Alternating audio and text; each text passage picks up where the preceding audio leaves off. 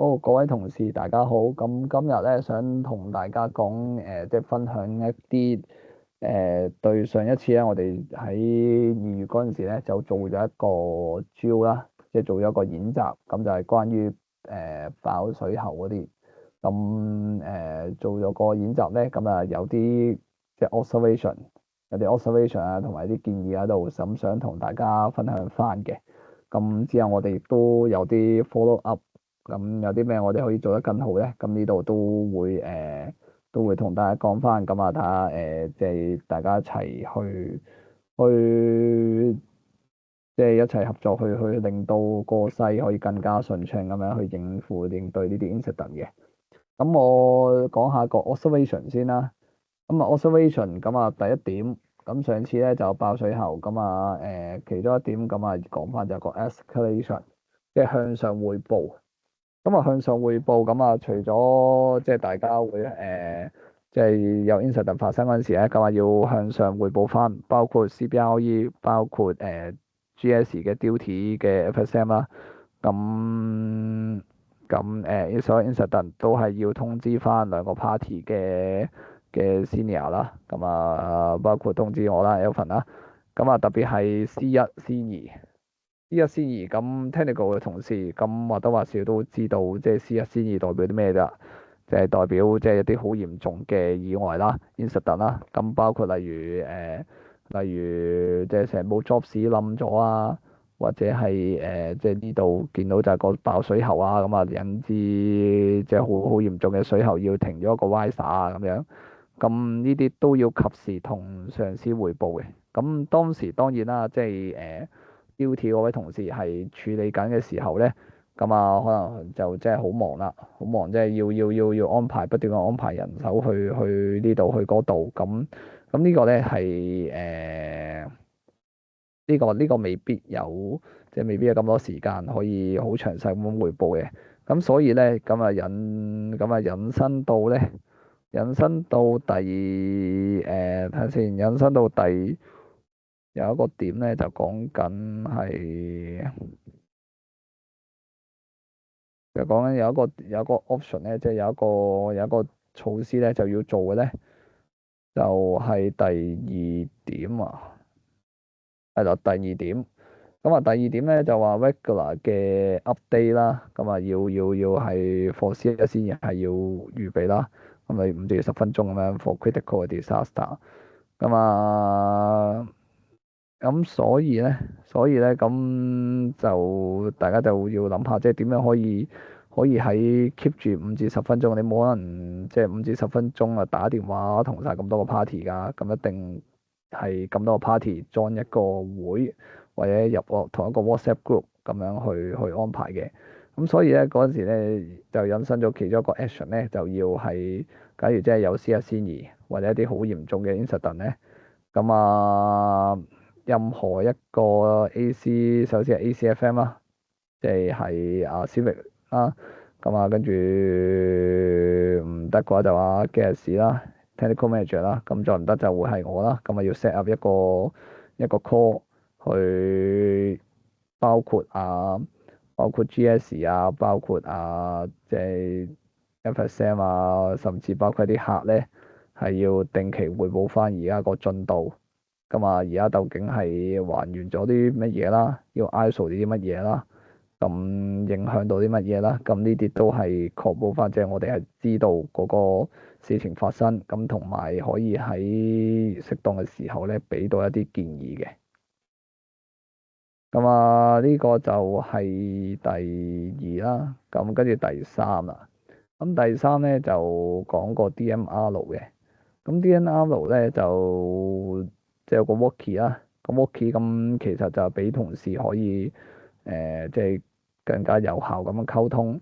咁有效溝通就包括你要清晰咁樣講你個信息啦，亦都要準確咁樣講信息嘅。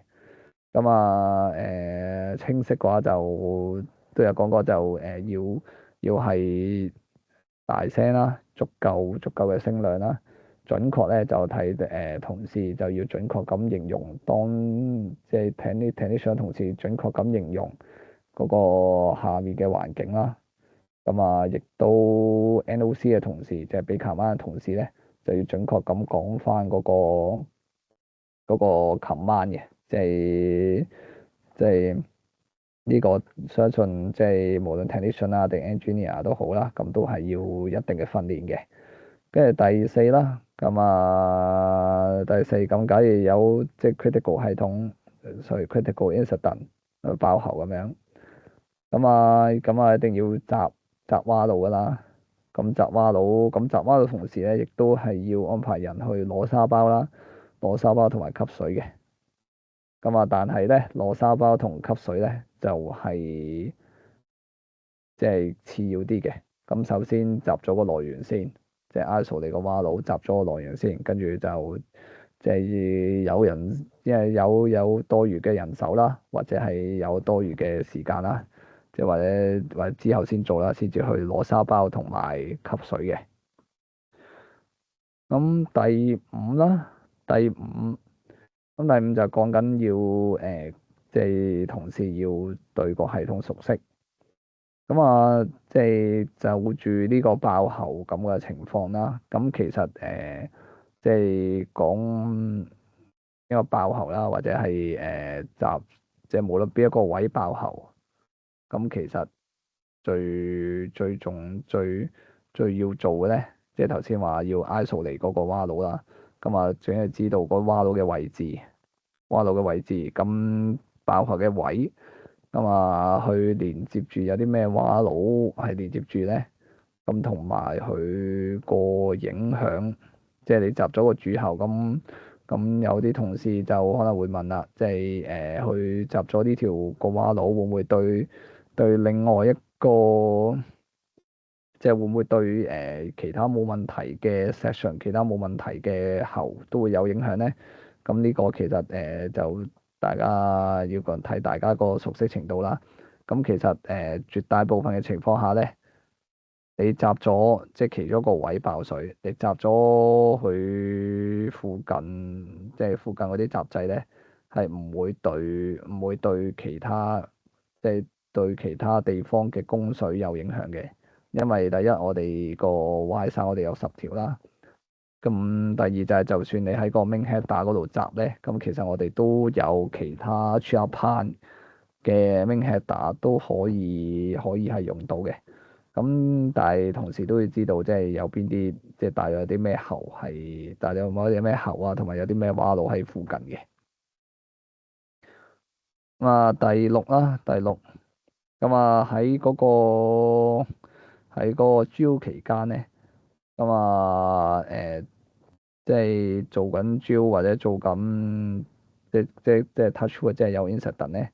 咁其實要寫 notes 同埋寫 timeline，咁亦都係 capture 一啲系統，即係 BMS 又或 SCADA 嘅 screen 咧，咁都係要做嘅。咁因為咧呢個咧就係可以知道當時嘅情況啦。咁例如你爆喉咁樣，咁你要留意咧就係當時個 trigger pan 嗰個情況，即係出水個壓力正唔正常啊，溫度正唔正常啊。咁即係你當時你就可以決定需唔需要做另外嘅 action，需唔需要轉機，或者係需唔需要再集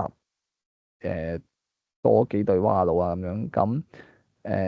咁呢個咧其實見到你負責 handle 嗰位同事咧，咁可能即係好忙咁樣俾琴晚啦，咁所以你可以係另外一個同事負責。咁呢個可以討論嘅。咁第七嗰度，咁啊 field staff，咁啊呢個即係講緊現場嘅同事咧。咁除咗話即係淨係等琴晚之外咧，咁亦都係要主動去講翻個現場嘅環境嘅。咁啊特別係當佢哋做完個 action 之後咧，咁啊其實可以報告翻咁現場嘅環境係點啊咁樣。咁啊唔使淨係等 order 嘅。咁啊可以講翻現場嘅情況俾 NOC 知啦。咁啊等 NOC 可以作出適當嘅應對。咁啊同埋了解翻個情況嘅。咁當然啦，即係當然現場同事都會定期 send 啲相出嚟，即係報告翻現場嘅情況嘅。咁第八啦，第八咁啊，講話當時做 Dual 嗰陣時咧，咁啊唔記得咗話要 check 其他 critical 系統。咁啊我哋呢度咁即係當有任何 incident 發生嗰陣時，其實有兩種系統一定要 check 嘅，即係無論係斬電啊或者爆殼咧，咁其實兩種系統，咁一個咧就係個俾客嘅 PDU 啦，供電正唔正常？跟住第二咧就係俾客嘅跨機嗰啲供水正唔正常？即係佢哋 PDU 會唔會有 alarm 啦？咁啊啲跨機會唔會有高溫 alarm 啦？咁呢個都係要睇嘅，都要 confirm 嘅，因為要 confirm 俾啲 FSM 啊，或者係俾個 reporting 嗰度要知嘅。咁啊第十啊，所以第九咁樣。第九咁啊，有啲當時做 Dual 嗰陣時，咁啊有啲 SCADA alarm 咁啊冇 check 到或者冇人攞嚟做咯。咁呢個就即係睇當時嘅情況啦。咁有啲次要嘅 alarm，咁其實即係當時嘅情況啦，即係未有時間可以做得咁好嘅。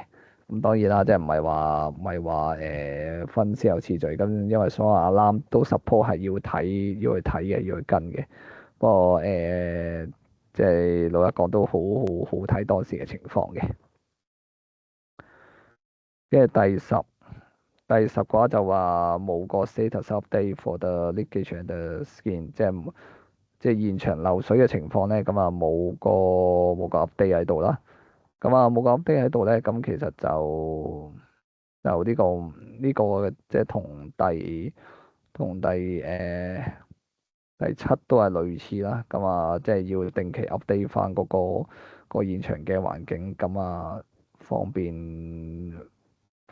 即係同事去了解翻個情況，同埋俾翻合適嘅指示嘅。咁第十一咁啊話個 chiller 要 check chiller 嗰個 minimum pressure 同 flow rate 啦。咁呢個就係講即係當爆後漏水啦。咁去到咩嘅程度？即係究竟 chiller 要行幾多嘅壓力啊？幾多個 flow rate 啊？先至叫嗰個正常咧？即係先至叫行到咧？咁呢個就係決定嗰個使唔使轉機啊，或者係使唔使做下一步嘅一個指標啦。咁呢個機械師揾緊啦。咁第十二就 on-site label shall be valid to ensure no wrong causing or value。咁呢個就係個現場嗰啲 label 咧，咁啊要 valid 啦，即係要 check 一轉啦。咁啊機械師好似同阿 Felix 都夾緊係 check 一轉嘅。跟住第十三咁啊，第十三就係講嗰個 label 嗰度要加一啲解釋啊，加一啲 abbreviation 咁就即係講翻，例如 FCH 係代表 free cooling header 啊，即係長稱啊，係有長名咁樣。咁第十四咁啊，EOP SOP 要擺每一個 chiller panel 啦。咁啊，同埋要盡量簡潔啦，就方便去盡快去跟到個 step 嘅。咁啊，其實都有好，即係上次做完個 drill，咁其實好多嘢都會諗到，即係點樣可以等同事更快咁應對到 incident 啦，同埋嗰個點樣去令到成個處理可以更加 smooth 啲咧。咁啊，例如第一就加個 CCTV 可以隨時監察嗰個睇個 plan 個情況啦。咁第二就係啲 PPE 啊，或者係啲梯啊，或者啲其他工具啊，咁啊擺喺個 chiller pump room 啦。咁啊第三，咁啊假如有即係第三咧就講，即係假如真係咁嚴重嘅 incident 咧，咁頭先講話即係即場 set up 一個 Teams call。咁啊，去做翻，即係5至10分鐘去報告翻個情況嘅。咁啊，跟住第四咁啊，做個 supply drill 啦，跟住第五就係 simplify 嘅 labeling。咁大約係啦，咁啊，大約就係講呢度啦。